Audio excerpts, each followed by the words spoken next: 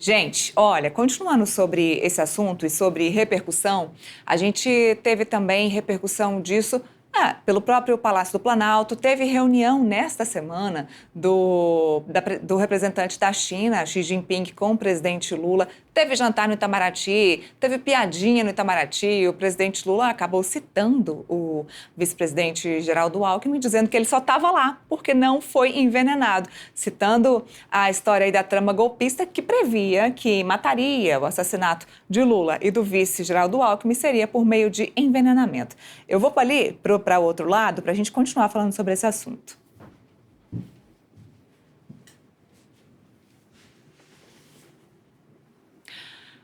Bom, continuando a nossa repercussão sobre esse tema de trama golpista, de operação contra golpe, eu queria falar com o Rodrigo, cientista político. Rodrigo Prando, ele já me escuta, pessoal, produção?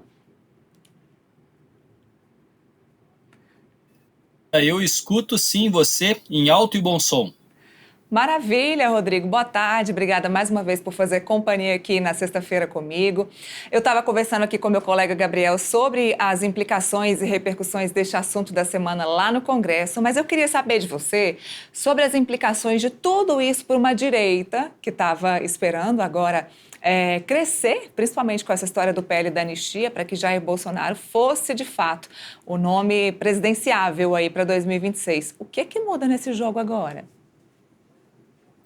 Vamos lá, Neila. Olha só, eu não sei se toda a direita estava esperando o PL da anistia.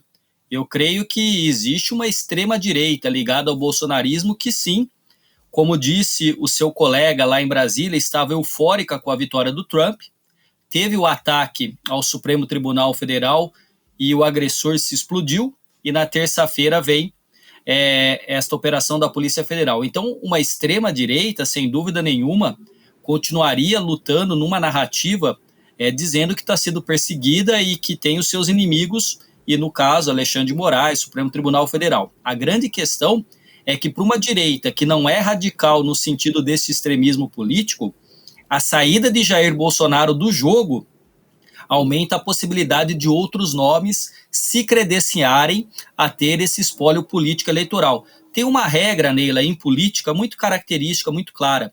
O poder não fica órfão. E ele não ficando órfão, alguém ocupa. O Bolsonaro, tendo implicações jurídicas e políticas, porque ele tem as duas, tanto que tem um colega logo que vai entrar para falar, que é o doutor Renato. Então tem implicações políticas e jurídicas e talvez as mais complexas e complicadas que ele vai atravessar neste período agora de investigação. O que acontece? A direita se sente desobrigada a levar o peso de Bolsonaro e com isso ela pode ter uma certa possibilidade, uma forma de procurar um nome que possa herdar esses votos e possa ser líder da direita e não da extrema-direita. Agora, a gente viu 37 nomes indiciados agora, mais uma vez, sobre essa questão dessa trama golpista, dessa história de tentar impedir a posse do presidente Lula aí, na eleição aí de 2022 para 2023. Muda alguma coisa no cenário político, além dessa questão do PL da anistia? Olha, creio que sim.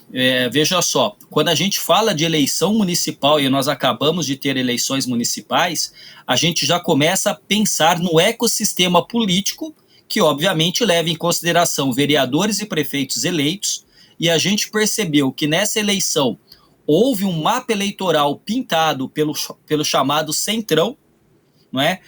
Pela direita e centro-direita, e qualquer tentativa de candidatos extremistas, estes perderam espaço. Lembrando, inclusive, que o índice de reeleição chegou a quase 80% nessa eleição municipal, não apenas por aqueles que tinham a máquina nas mãos, mas a gente sabe que também irrigado por muitas emendas parlamentares. A grande pergunta é: quem são as figuras que, na ausência de Jair Bolsonaro, que vale ressaltar, teve a sua primeira grande derrota política sendo vencido, né?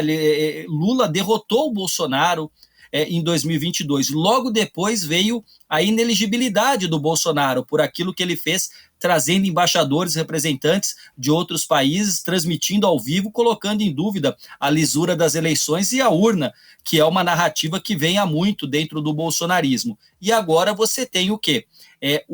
um fortalecimento de uma direita que se afasta do radicalismo e que, obviamente, tem os seus nomes que se credenciam para pensar uma ausência de Bolsonaro. Eu sei que você também está acompanhando que já existe a possibilidade de como o Lula fez quando foi investigado, de manter, né, a sua candidatura, e aí dizem que o Bolsonaro manteria a sua candidatura colocando como vice o seu filho, um senador, Flávio Bolsonaro. Ou seja, é uma estratégia, mas a grande questão que a gente vai ter agora, Neila, é a seguinte: as narrativas políticas, elas vão se sustentar diante dos fatos coligidos pelo relatório da Polícia Federal, que não é do Lula e não é de ninguém. A Polícia Federal é uma instituição de Estado e são mais de 880 páginas construindo esta trama, este mosaico, responsabilizando os indivíduos que foram indiciados. Lembrando que o indiciamento, depois o doutor Renato fala, mas o indiciamento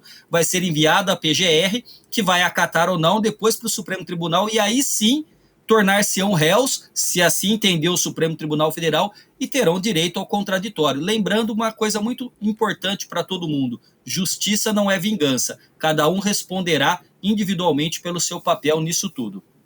Lá no Congresso, a gente estava esperando essa questão da avaliação, das audiências a respeito do PL da anistia, que era a esperança aí do próprio PL, do Partido Liberal, e a esperança da direita de ter Jair Bolsonaro de volta e elegível em 2026. Para quem não lembra, essa história ia ser discutida na Comissão de Constituição e Justiça, foi retirada de lá e teria a criação de uma comissão especial ainda neste ano para tratar desse assunto. Não foi criada ainda, e como o Gabriel acabou de falar aqui, isso deve virar o ano, só que o ano que vem, em fevereiro, a gente já tem Hugo Mota na cadeira da presidência da Câmara. Será que Hugo Mota vai continuar, vai manter essa bandeira aí de Arthur Lira, a promessa que Arthur Lira fez a Jair Bolsonaro e a Valdemar Costa Neto, de discutir esse assunto com mais profundidade do PL da anistia? Bom, vamos lá, Neila. Vamos pensar de maneira muito objetiva essa questão.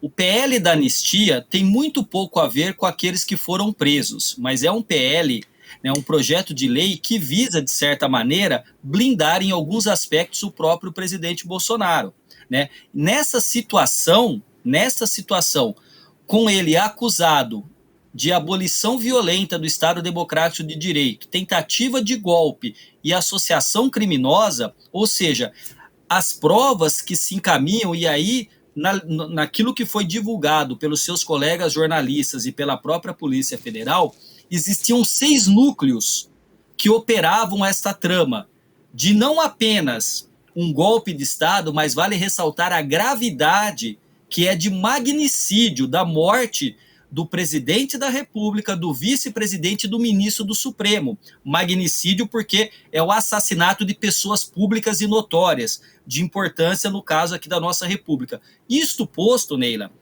é pior se a gente for pensar do que o golpe de 64, que quando depuseram João Goulart, ele pôde se retirar do Brasil. Não havia um plano de assassinar presidente, vice-presidente ou ministros. Então, veja, o PL ele começa a perder espaço porque o tempo para o final do ano já está curto, né? E, além disso, será que o novo presidente vai querer, numa metáfora futebolística, dividir a bola no meio de campo, sendo que ele está entrando, por exemplo, se for o vitorioso na disputa? Eu acho mais complicado, porque os outros elementos jurídicos e políticos são tão complexos e complicam tanto a vida do ex-presidente Jair Bolsonaro, que talvez Hugo Mota diga: por mais que eu faça esse esforço, não haverá mudança significativa.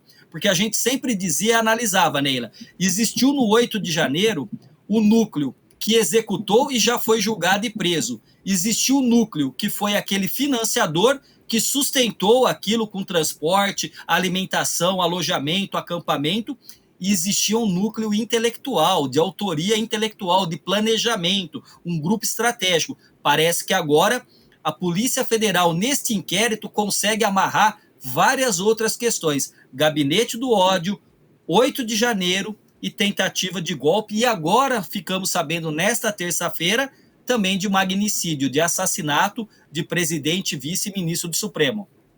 Sobre esse indiciamento que sai do STF e vai para a Procuradoria-Geral da República, a gente tem um PGR, um procurador muito equilibrado. Eu estava falando sobre isso. Paulo Gonet é um cara extremamente equilibrado, um profissional extremamente equilibrado. A gente pode esperar o quê de Paulo Gonet nessa decisão, desse indiciamento dessas 37 pessoas? Neila, o que se espera do Procurador-Geral da República é o que se espera de qualquer operador do direito, de qualquer juiz que faça uma leitura técnica e uma análise à luz daquilo que é o Código Penal, daquilo que diz respeito à lei, não é? É claro que sempre haverá na política e no direito uma questão fundamental, Neila. Nós não tratamos de uma ciência exata. Nós não somos engenheiros que, se calcular errado, o prédio cai. O jornalista, o cientista político, o advogado lida com fatos que, embora tenha dados da realidade, muitas narrativas e versões são construídas. Vamos pensar a respeito do impeachment da Dilma, se foi ou não foi golpe, se o Lula foi ou não perseguido, preso legal ou ilegalmente, a mesma coisa acontecerá nisso. Por isso que anteriormente eu disse o seguinte: vamos ver se as narrativas políticas se sustentarão frente aos dados da realidade e a toda a documentação coligida na investigação. Porque, convenhamos, 800 e poucas páginas é um trabalho bastante pormenorizado, e aí tem uma questão diferente, não é? Diferente do ex-presidente Lula, que enfrentou um juiz de primeira instância, que foi o Sérgio Moro, depois considerado suspeito pelo Supremo Tribunal Federal, teve suspeição colocada.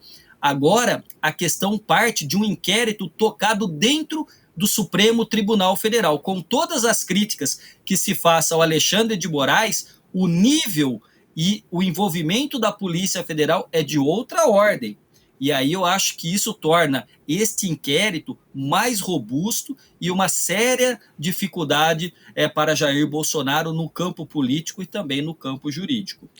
Exatamente, Rodrigo. Obrigada aí pela sua análise com a gente, obrigada mesmo. Vamos continuar acompanhando, que tem muita água para rolar e a gente te espera aqui numa próxima oportunidade. Obrigada. Fico à disposição, um abraço para vocês, uma boa tarde, bom trabalho para você e para a equipe técnica.